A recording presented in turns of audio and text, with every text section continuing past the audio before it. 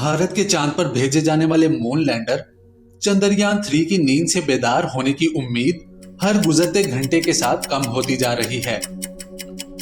इसरो के साइंसदानों का कहना है कि इसके बावजूद वो लूनर डे के इख्तिताम तक मून लैंडर को एक्टिव करने की कोशिश करते रहेंगे।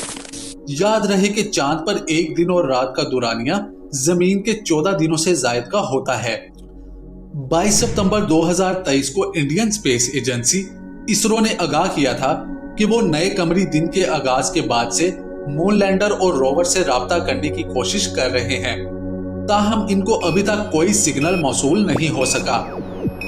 वाजिया रहे कि ये लैंडर 2023 अगस्त के महीने में रोवर को अपने अंदर लेकर चांद के साउथ पोल की जानिब उतरा था, जिसके बाद भारत चांद पर कामयाबी से उतरने वाला चौथा और लूनर साउथ पोल की जानिब उतरने वाला पहला मुल्क बना। इसकी लैंडिंग के बाद 2 हफ्तों के दौरान चांद की सतह से डेटा और तस्वीर जमा की गई।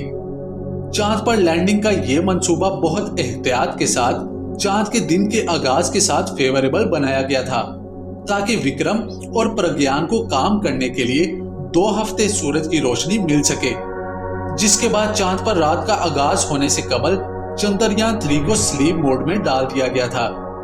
स्लीप मोड में जाने से पहले चंद्रयान 3 ने चांद पर सल्फर, एल्यूमिनियम, सिलिकॉन, कैल्शियम और आयरन जैसे एलिमेंट्स की चांद की सतह पर मौजूदगी और चांद पर आने वाले मून क्वेक्स और गहराई में उतरने के साथ टेम्परेचर में तब्दीली के बारे में भी मालूमात फराहम की थी। इसरो ने उम्मीद जाहिर की थी कि चांद पर नए दिन के आगाज के साथ इसकी बैटरीज दोबारा चार्ज हो जाएंगी और 22 सितंबर के करीब चांद पर सूरज तुलू होने पर मॉड्यूल स्लीप मोड से निकलकर दोबारा एक्टिव हो जाएंगे।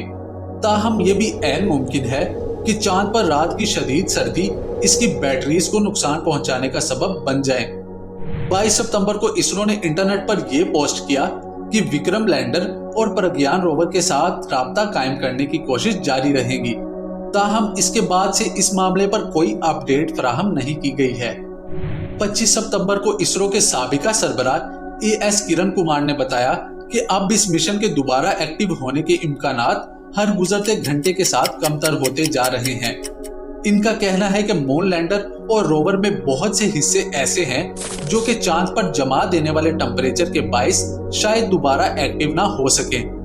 इनके मुताबिक चांद के साउथ पोल की जानिब रात के वक्त में टेम्परेचर -250 डिग्री सेंटीग्रेड तक गिर जाता है और चंद्रयान 3 की बैटरीज इस टेम्परेचर पर काम करने के लिए डिजाइन नहीं की गई हैं। इसरो ने साथ ही अपनी तवक्कात पूरी ना होने की सूरत के हवाले से ये भी कहा था कि अगर विक्रम और प्रज्ञान बेदार ना हो पाए तो ये दोनों चांद पर इंडिया के लूनर एम्बेसडर के तौर पर मौजूद रहेंगे।